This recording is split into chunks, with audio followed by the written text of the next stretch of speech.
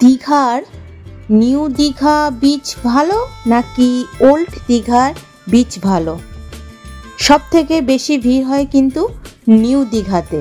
New দীঘায় কিন্তু সমুদ্রে আপনারা স্নান করেন। সত্যি কথা বলুন তো, আপনারা কি নিউ দীঘার বিচে স্নান করে স্যাটিসফাই হন? অত যে পাথর থাকে, দেখুন বিচটা ভরা পাথর বোল্ডার দিয়ে বিচটাকে এরকম করে রাখা হয়েছে। তো স্নান করে আপনাদের নিশ্চয়ই ভালো লাগে না? আজকের ভিডিওতে আমি একটা এরকম বালির বিচ দেখাবো। হ্যাঁ বন্ধুরা, আপনারা ঠিকই শুনছেন, দীঘাতে সম্পূর্ণ বালির বিচ আপনাদের এই ভিডিওটাতে দেখাবো। তাহলে বন্ধুরা দেখতে থাকুন, কোথায় এই বিচটা, কিভাবে যাবেন, এখানে সমস্ত ডিটেলস কিন্তু এই ভিডিওটাতে রইল। আপনারা স্কিপ না করে পুরো ভিডিওটা দেখবেন।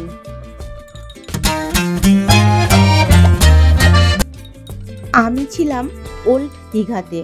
ওল্ড দীঘার ব্যারিস্টার কলোনিতে একটা হোটেল ভাড়া করে আমি সেখানে ছিলাম, এবং সেখান থেকে মানে ব্যারিস্টার কলোনি থেকে যে বিচটা আপনাদের দেখাবো, পায়ে হাঁটা পথ মাত্র 5 মিনিট, তারও কম লাগতে পারে।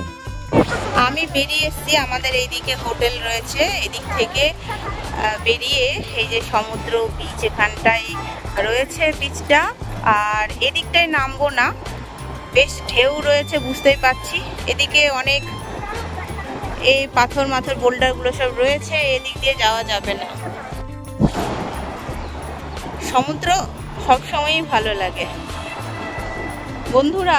আমি ডিসেম্বরে দক্ষিণ ভারত গেছিলাম, সেখানে কন্যাকুমারীর ভিডিও করেছি।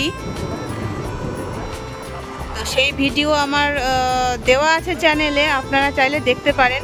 দক্ষিণ ভারতের সমুদ্র কেমন সেটাও আপনারা দেখতে পারেন। পুরীর সমুদ্র বিচেরও আমার ভিডিও করা রয়েছে, পুরীর ভিডিওগুলো আপনারা দেখতে পারেন। দেখুন বন্ধুরা কত সুন্দর লাগছে। ওই দিকটাই নামবো, ওখানে বালির বিচ রয়েছে, ওখানটায় নেমে আমরা স্নান করব। যে ওইদিকে দাঁড়িয়েছিলাম আমরা, তো আস্তে আস্তে এগিয়ে যাচ্ছি। অনেক লোক দেখতে পাচ্ছি এখনো স্নান করছে। সমুদ্র দেখলে তো মনে হয় একদম ঝাঁপিয়ে পড়ি। তো এই দিক দিয়ে এসে এই সামনে নামবো। এদিকে যাওয়া যাবে না, এখানে আপনারা বসে দেখতে পারবেন বিচটাকে। আপনারা তো নিউ দীঘাতে বেশিরভাগ আপনারা বিচ অনেক রকমই দেখেছেন। তো বিচ নিউ দীঘার যে বিচ, সেটা এরকম বোল্ডার দিয়ে থাকে বলে এতটা ভালো লাগে না, কিন্তু এই ওল্ড দীঘার এই জায়গাটায় এলে আপনারা এরকম বসার জায়গা তো পাবেন, আর এর সাথে একটা দারুণ ভিউ পাবেন। এটা হলো ওল্ড দীঘার বিচ, দেখছেন? ওই নিচটা দেখুন বন্ধুরা, কি সুন্দর লাগছে দেখতে, দারুণ লাগছে এখান থেকে এই ভিউটা দেখতে। সন্ধ্যাবেলায় বা বিকেলবেলায় যখন রোদ পড়ে যাবে, তখন এখানে এসে আপনারা বসবেন, বসে এনজয় করবেন সমুদ্রের এই ভিউটা। ভীষণ ভালো লাগছে, ভীষণ ভালো লাগছে এই ভিউটা দেখতে।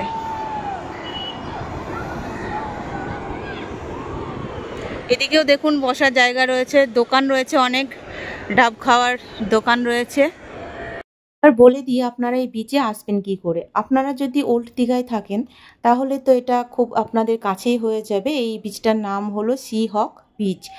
আর নিউ দীঘায় থাকলে অটো বা টোটো করে আসার সময় বলবেন সি হক বিচে যাব।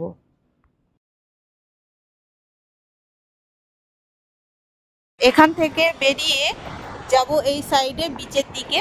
তো এখানে উপর থেকে আপনাদের দৃশ্যটা দেখিয়ে দিচ্ছি। আর এদিকে দেখুন ঝাউবন রয়েছে, সুন্দর লাগছে ঝাউবনটা। আর আমরা আসলাম ওই দিক থেকে, ওই দিকের হোটেলে আমরা আছি, হোটেল সি কোস্ট।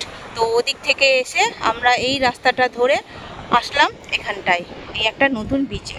চলুন এবার বিচে নামবো, এইটা দিয়ে যাব। এতে এরকম দোকান রয়েছে, এখানে ডাব সব রয়েছে। চলুন নামি।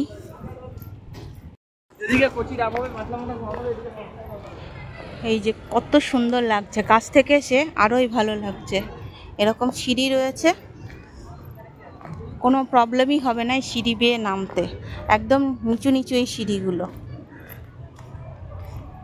লাগছে না এগুলো দেখতে? যখন জল এত দূর চলে আসবে ইমাজিন করুন কতটা ভালো লাগবে। আর এরকম বালি রয়েছে, চট্টান বালি, পুরী বিচে এরকম বালি রয়েছে, তাই না? আবার বকখালিতেও পাবেন বালি, কিন্তু বেশিরভাগই দীঘার বেশিরভাগ বিচই ওই বোল্ডার দিয়ে ঘেরা রয়েছে, বিচটাকে সেভাবে উপভোগ করা যায় না। আমি চলে এসেছি একদম সমুদ্রের কাছে। দেখছেন প্রচুর মানুষ স্নান করছে।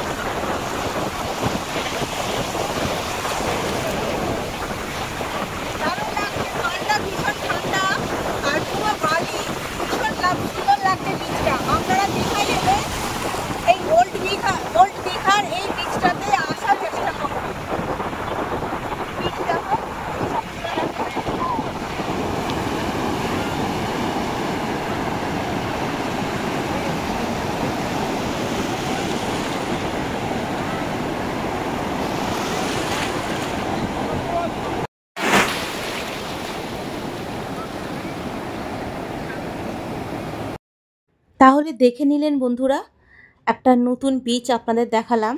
এই বিচটার নাম হলো সি হক বিচ। তো আজকের মতো টাটা, আবার দেখা হবে।